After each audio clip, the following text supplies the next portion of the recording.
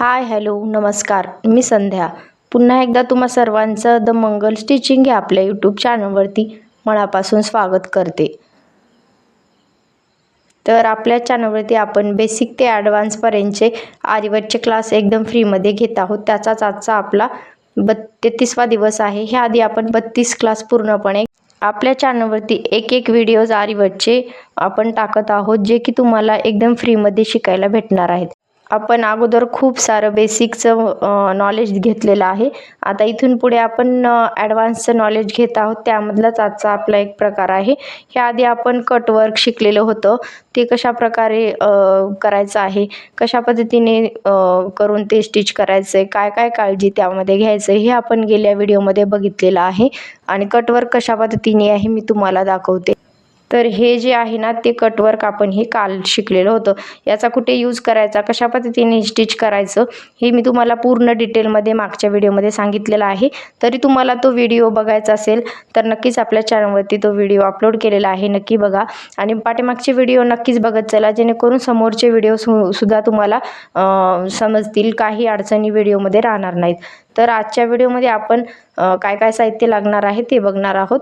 तर आधी आपल्याला हे थ्रेड घ्यायचा आहे. हा आपला जरी थ्रेड आहे. ही आपल्याला मेटलची सुई घ्यायचं आहे. मी काल वुडनची सुई म्हणली होती, पण ती आपली मेटलची सुई आहे. चुकून माझ्याकडून ते वुडनची सुईमधून म्हणून कालच्या व्हिडिओमध्ये झालं होतं.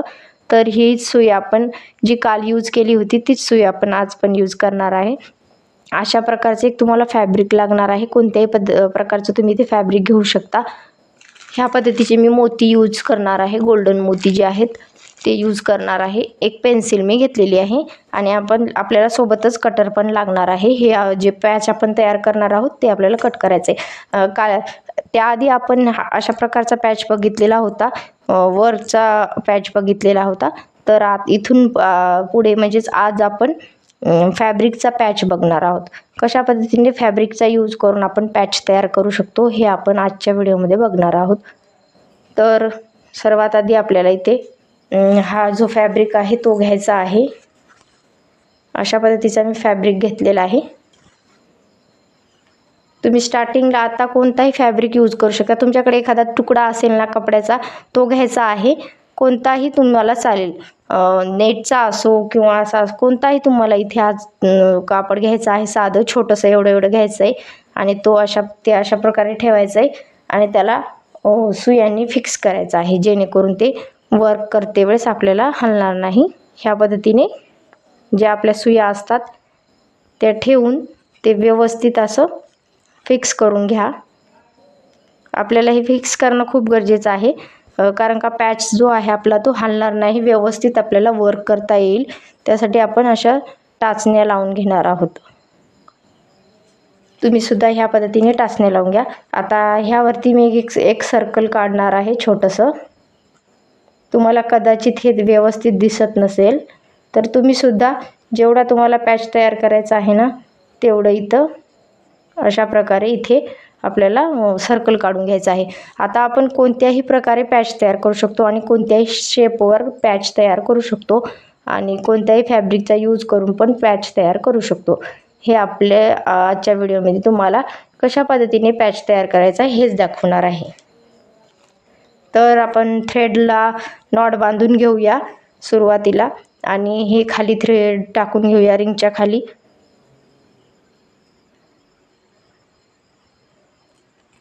आता त्यानंतर आपल्याला जी सुई आहे ती खालून वरती घ्यायचं आहे आणि खालून थ्रेड वरती काढून घ्यायचं आहे. तुम्हाला इथे सर्कल व्यवस्थित दिसत नसेल, पण जेव्हा मी वर्क करेल ना तेव्हा तुम्हाला समजेल. पण तुम्हाला काय करायचं आहे, हे सर्कल किंवा स्क्वेअर कोणत्याही पद्धतीने तुम्ही इथे ड्रॉ करून घेऊ शकता. तुमच्या आवडीने तुम्ही कोणताही शेप इथे ड्रॉ करून घ्या आणि मग इथे आपल्याला वर्क करायला सुरू करायचं आहे. त्यासाठी आपण नॉट बांधून घेतलेली आहे धाग्याला आणि धागा आपल्याला खाली टाकून घ्यायचा आहे. व्यवस्थित खाली टाकून इथे मी तुम्हाला अजून जवळून दाखवते, जेणेकरून व्यवस्थित समजेल.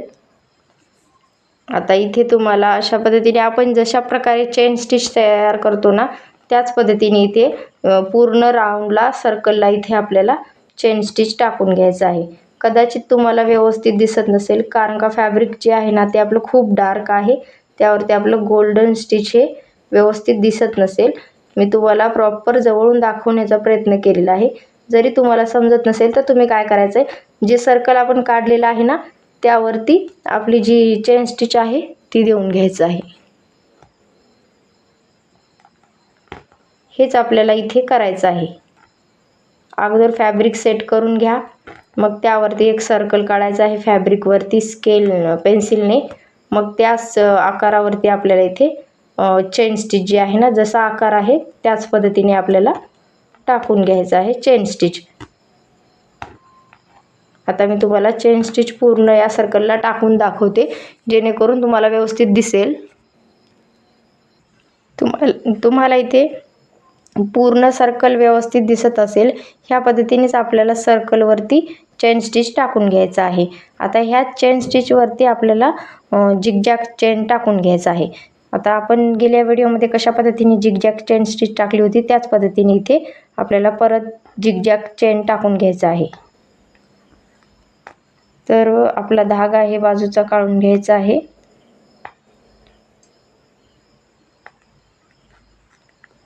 कापड आपलं लूज होणार नाही अशा पद्धतीने आपण हे आतल्या साईडला टाकून घ्यायचं आहे. जास्त कापड लूज जर झालं तर व्यवस्थित आपल्या पॅचला फिनिशिंग दिसणार नाही.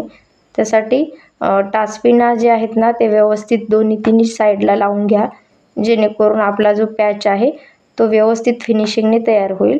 जर तुमचा पॅच व्यवस्थित तयार करायचा असेल तुम्हाला, तर नक्कीच दोन्ही चारी बाजूने आपल्याला टाचपिना लावून घेणे खूप गरजेचं आहे.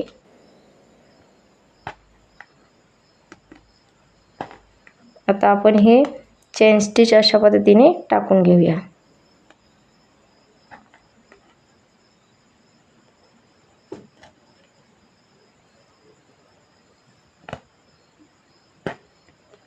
अगदी जवळ टाके टाकून आपल्याला हे झिगझॅग स्टिच तयार करायची आहे.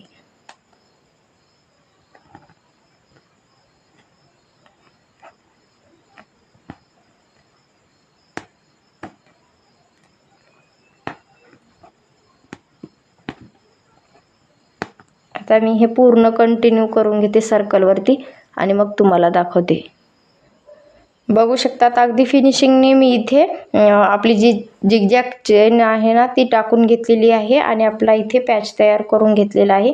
आता हे आपण इथे बाजूला आणखी काही व्हेरिएशन म्हणजेच वेगवेगळ्या प्रकारे वर्क करू शकता. तिथे तुम्ही शुगर बीट्सचं साईडने वर्क करू शकता किंवा आपलं मोत्यांचं वर्क, अशा पद्धतीने कोणतंही तुम्ही इथे साईडने वर्क करून घेऊ शकता आणि नंतर पॅच कट करून घेऊ शकता. तर मी इथे असं गोलच तुम्हाला करून दाखवलेलं आहे. आणखी मी तुम्हाला इथे साईडला आपले जे मोती आहेत ना त्याचं वर्क करून दाखवते. ते वर्क केल्यानंतर खूप सुंदर असं ते आपलं पॅच तयार होतं. तुम्हाला व्यवस्थित इथे गोल वरती तयार करून दाखवते. आता हे जे आपण बनवलेलं आहे पॅच ते आपण कट करून घेऊया आणि मग साईडने इथे वर्क करायला सुरुवात करूया.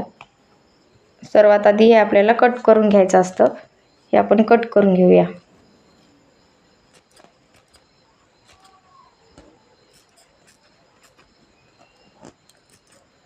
तर काळजीपूर्वक इथे आपल्याला कट करायचं आहे.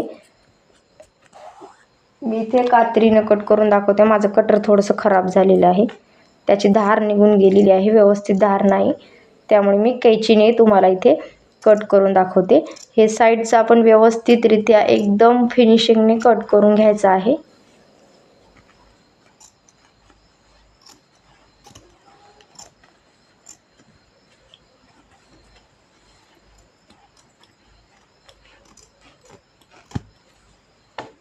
आता आपण हे पूर्ण मी फिनिशिंगने कट करून घेते आणि तुम्हाला दाखवते.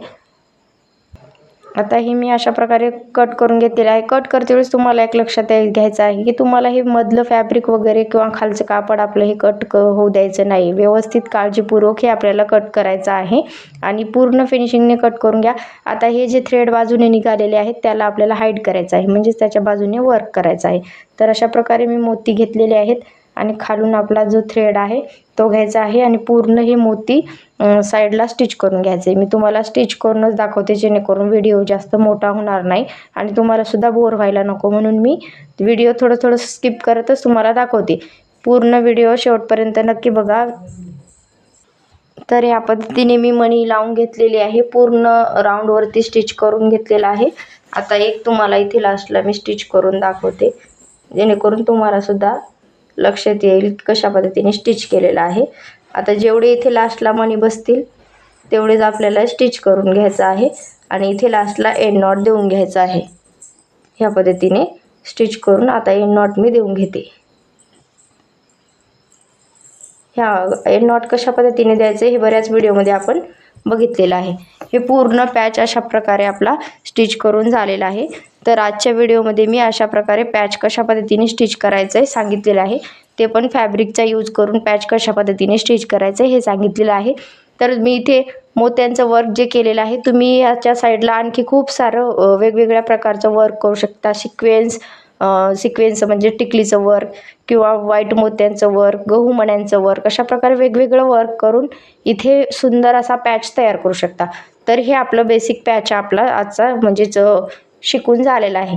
हे डिझाईन तुम्ही पॅचवरती स्टार्टिंग अशा पद्धतीने पॅच तयार करायचं असतं. तर स्टार्टिंगला आपल्याला फॅब्रिक कशा पद्धतीने सेट करायचं आहे, त्यानंतर चेन स्टिच द्यायचं आहे, त्यानंतर झिगझॅग चेन द्यायचं आहे, त्यानंतर इथे कोणत्याही मटेरियलचा यूज करून सुंदर असा आपण पॅच तयार करून घेऊ शकतो. चला तर मग आजच्या व्हिडिओमध्ये आपण अशा प्रकारची पॅचची माहिती पॅच स्टिच करून बघितलेलं आहे. पुढच्या व्हिडिओमध्ये अशा छान छान गोष्टी आपल्याला शिकायच्या आहेत. त्यासाठी आपल्या चॅनलला नक्कीच लाईक, शेअर, सबस्क्राईब करा. चला तर मग पुन्हा भेटूया अशाच एका छानशा व्हिडिओमध्ये काही अडचणी आल्या असतील कमेंटमध्ये नक्कीच विचारा. पुन्हा भेटूयात अशाच एका छानशा व्हिडिओमध्ये. Bye bye.